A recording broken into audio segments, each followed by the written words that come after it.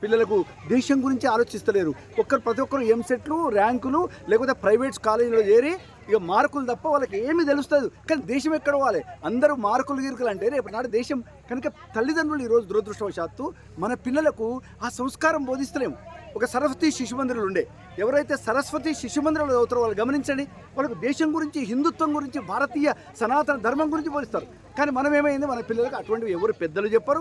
ఇంట్లో హిందూ సంస్కారం లేదు కనుక సెల్ఫిష్నెస్ అంటే స్వార్థం స్వార్థం స్వార్థం, నేనేంది, నాకు ఎట్లా సంపాదించాలి, నువ్వు కూడా బాగా చదివి బాగా గొప్ప గొప్ప శాలరీ అంటే ఏది జీతం తెచ్చుకునే ఉద్యోగం చేయాలి తప్ప దేశం గురించి అంటే సైనికులు, ఏ సైనికులు అయితే హిమాలయ పర్వతాల్లో -50 డిగ్రీ సెంటిగ్రేడ్లో ఉండి మనం ఇంత హ్యాపీగా ఈరోజు ఇంత ఆనందంగా ఉత్సవం జరుపుకుంటున్నాం అంటే వాళ్ళు రేపటి నాడు ఆ తల్లి భార్య నిండు పారాణి వారం రోజులు కూడా పెళ్లి కాలే భర్తకు వీర తిలకం దిద్ది యుద్ధానికి పంపిస్తుంది సరిహద్దులో.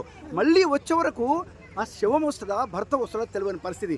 అటువంటి తల్లుల యొక్క త్యాగం వల్ల ఈరోజు మనం హ్యాపీగా ఉన్నాం కదా. మన పిల్లలు ఈరోజు పొద్దున లేచి డాడీ బాయ్ టాటా టాటా అని స్కూల్కి వెళ్ళి మంచిగా యూనిఫామ్ వేసుకొని నవ్వుకుంటూ పోతున్నారే.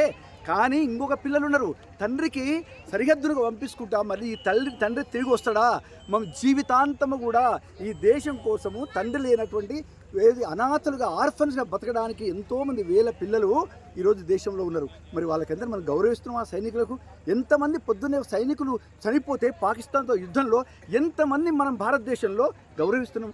వాళ్ళను బాధపడుతున్న వాళ్ళ గురించి ధన్యవాదాలు చెప్తున్నామా. నేను అమెరికాలో చాలాసార్లు వెళ్ళి వచ్చాను. విదేశాల్లో ఒక ఎయిర్పోర్ట్లో, ఒక రైల్వే స్టేషన్లో ఒక సైనికుడు అక్కడి నుంచి వస్తే అందరూ లేచి నిలబడి గౌరవ సూచకంగా చప్పట్లు కొడతారు.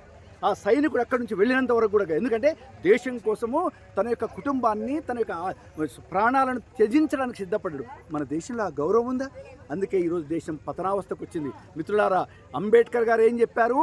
కులము లేనటువంటి జాతిని నిర్మిద్దామన్నాడు రాజ్యాంగంలో. కానీ మన రాజకీయ నాయకులు దురదృష్టవశాత్తు రోజు రోజుకు కులాల వారిగా విభజించి ఓట్ల కోసం. కానీ దీనికోసం దేశం ఏమైపోతుంది ఈరోజు? కనుక అందరం ఒకే భావన, హిందుత్వం యొక్క ఐకమత్యం, హిందువుల ఐకమత్యంగా ఉండకపోతే ఈ దేశంలో అనేక రోజులు హిందుత్వం మనకు సాధించలేదు. ఋషుల పుణ్యాన్నో ఇన్ని రోజులుగా మనం ఎంతమంది విదేశీయులు, మొఘలాయులు, ఆంగ్లేయులు వచ్చినా కూడా ఈ దేశంలో హిందుత్వాన్ని రూపుమాపలేకపోయారు. అది మన అదృష్టం. కానీ ఇప్పుడు అలా ఉన్నామా? రోజు రోజుకు ఇది మనం అందరం ఆలోచించాలి. అందరం హిందుత్వం, అందరం సూర్యారాధన, రోజు హనుమాన్ చాలీసా చదువుదాం. హనుమాన్ చాలీసా చదివితే మొత్తం సర్వమైనటువంటి ఏముంది అక్కడ? బుద్ధిర్బలం యశోధైర్యం నిర్భయత్వం అరోగత అజాఢ్యం వాక్పటుత్వంచ హనుమత్ స్మరణాత్ భవేత్. అటువంటి ఈరోజు శకటోత్సవం చేశాం. ఏ భావన ఎంటర్టైన్మెంట్ లాగా చేయొద్దు, ఇది వేడుకలాగా. అది కూడా సూర్యుని యొక్క వేడుక. మనం ఇగో ఈ చుట్టూ బండ్లు తిప్పుతున్నాం అంటే నేను సూర్యుని చుట్టూ తిప్పుతానంటే ప్రపంచం చుట్టూ, గ్రహాల చుట్టూ. ఎందుకంటే సూర్యుడు గ్రహం కాదు, సూర్యుడు నక్షత్రం. మొత్తం సూర్యుని చుట్టూ అంటే మొత్తం ముల్లోకాల చుట్టూ తిరిగినట్టే. ఆ భావననే ముఖ్యం. ఏ భావనతో మనం చేస్తున్నాం ఆ భావననే మనకు ఐశ్వర్యం. యద్భావం తద్భవతి. అలా కాకుండా ఏదో ఎంటర్టైన్ చేయడానికి వచ్చాం, ఎంజాయ్ చేయడానికి వచ్చామంటే లాభం లేదు. మనం ఏ భావనతో గుళ్ళకి వెళ్తాం, గుళ్ళకి ఏ భావనతో వెళ్తున్నాం మనం? సో ఇవన్నీ ఆలోచించాలి మనం తప్పకుండా. చాలా మళ్ళీ ఈ బలాంపల్లి యొక్క మొత్తం జనానికి, అంటే ఇక్కడ పెద్దలకు, ఈ గ్రామ పెద్దలకు, యువకులకు, మహిళలకు, అమ్మలకు, అక్కలకు అందరికీ చేస్తూ ఈ యొక్క వ్యాఖ్యానం చేసినటువంటి తమ్ముడు నేను చాలా అభినందిస్తున్నాను. పాటలు పాడుతూ ఈ గ్రామంలో హిందూ సమాజం యొక్క ఆ యొక్క సంస్కృతి, సనాతన సంస్కృతికి పేరు తిరుపతి గారు ఏం చదివారు?